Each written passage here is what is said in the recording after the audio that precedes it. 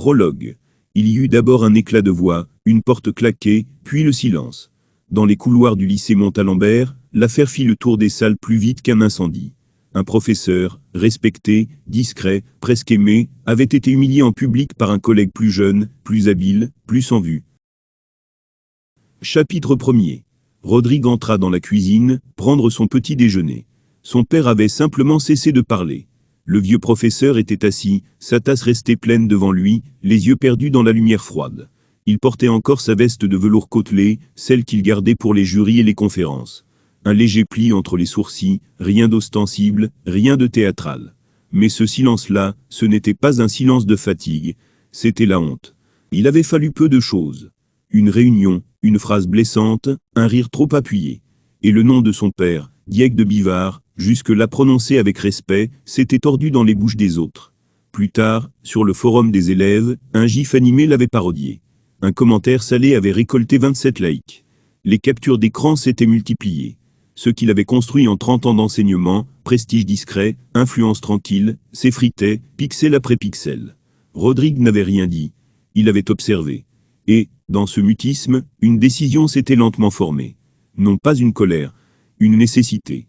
Dans les jours qui suivirent, il se mit à travailler plus tard que d'habitude.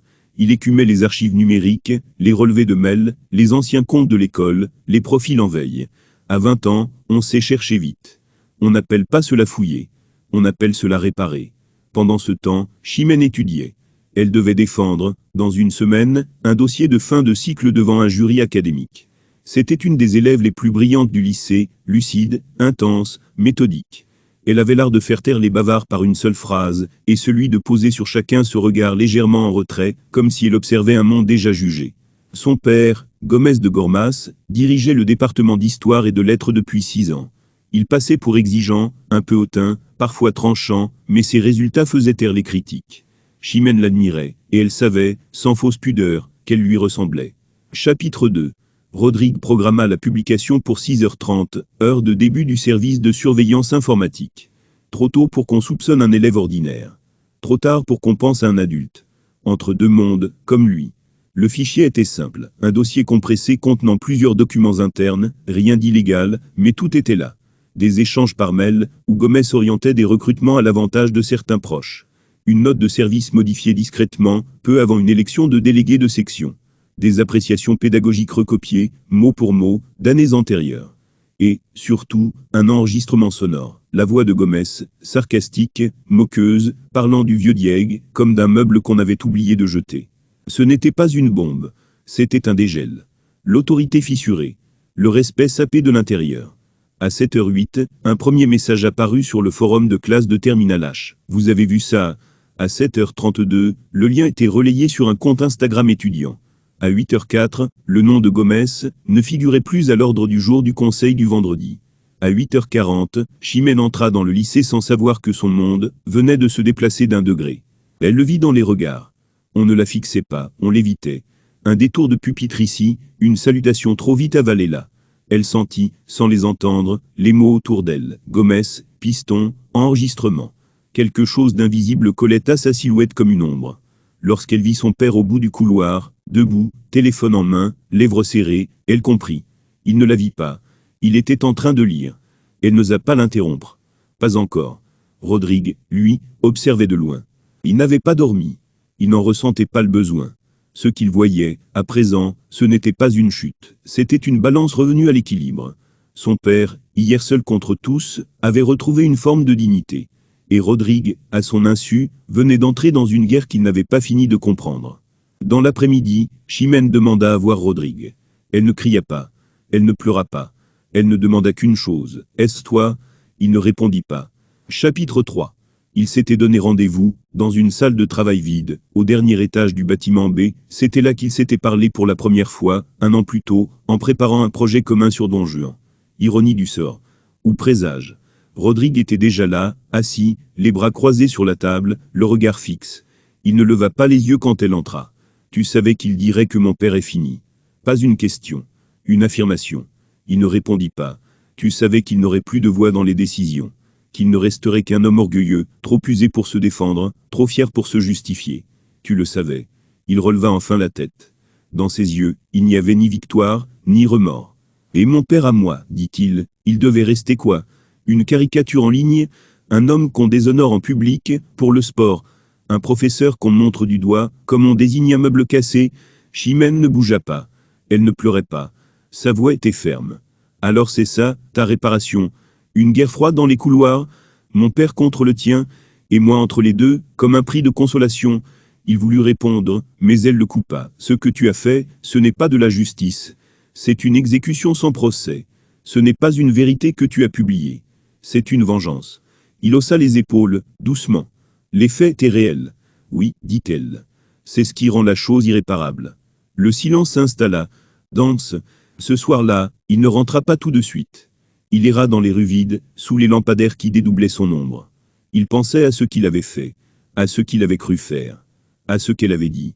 Et pour la première fois depuis des jours, il sentit non pas du regret, mais le vertige du doute. Ce qu'il avait rétabli n'était peut-être pas l'équilibre, mais plutôt le désordre. Mais il était trop tard pour revenir en arrière.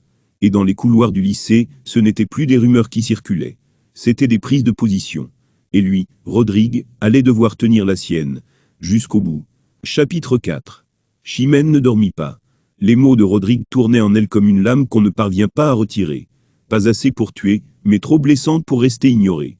Elle l'avait regardé, écouté, et quelque chose en elle, à son corps défendant, avait compris. C'était cela qui la blessait le plus, non pas qu'il ait fait ce qu'il avait fait, mais qu'elle ne puisse pas entièrement le condamner. Oui, Gomez de Gormas, son père, avait été attaqué. Oui, l'atteinte était grave. Oui, tout en elle réclamait justice. Mais en elle, une autre voix, plus basse, plus lucide, murmurait « Ton père n'est pas innocent ». Elle aurait voulu ne pas l'entendre. Elle aurait voulu s'y opposer avec toute la force d'une fille fidèle. Mais la pensée était là, insidieuse, tenace. Et avec elle, une question qu'elle n'aurait jamais pensé se poser, peut-on aimer quelqu'un qui a eu raison, contre ce qu'on aime? Elle s'assit au bord du lit, les pieds nus sur le parquet froid. L'aube allait venir. Ce genre d'aube qui n'éclaire rien. Elle se leva, sans bruit. Demain, elle parlerait. Pas pour trancher, pour poser ses mots à elle. Et peut-être, dans cet entre-deux fragile, qu'on appelle le courage, elle trouverait un reste de fidélité, envers son père, envers elle-même, ou envers celui qu'elle n'arrivait pas à haïr. Chapitre 5. Le conseil siégea à huis clos, dans la grande salle vitrée du bâtiment administratif. 3 membres du personnel, 2 représentants d'élèves, et le proviseur, président de séance. C'était rare, presque unique. L'école aimait résoudre ses crises discrètement. Mais cette fois, le trouble avait franchi les murs. Chimène prit la parole. D'une voix nette, sans tremblement, elle demanda l'ouverture d'une enquête interne sur les faits publiés la semaine précédente.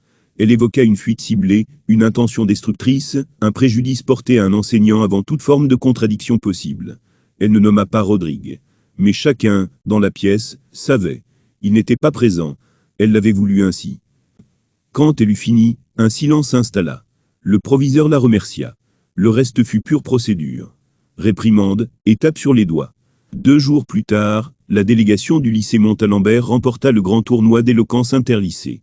C'était une compétition académique de haut niveau, diffusée en ligne, commentée sur les réseaux. Une vitrine d'excellence.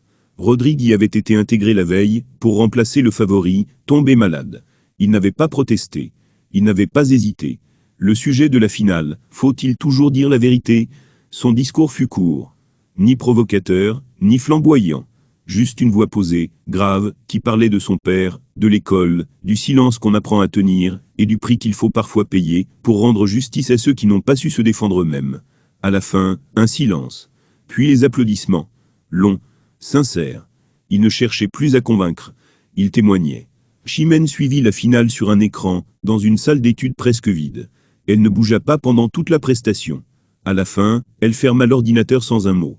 Elle comprit ce jour-là que sa demande n'aurait pas de suite. Que Rodrigue n'avait pas été jugé. Il avait été consacré. Et que dans cette victoire éclatante, ce n'était pas elle qu'on avait entendue. Ce soir-là, en sortant de l'école, elle croisa Rodrigue sous le porche, seul. Ils se regardèrent. Lui ne sourit pas. Elle non plus. Il voulut parler. Elle fit un geste bref, presque tendre, pour l'arrêter. Puis elle s'éloigna sans se retourner. La guerre était finie. Ils avaient tous deux perdu.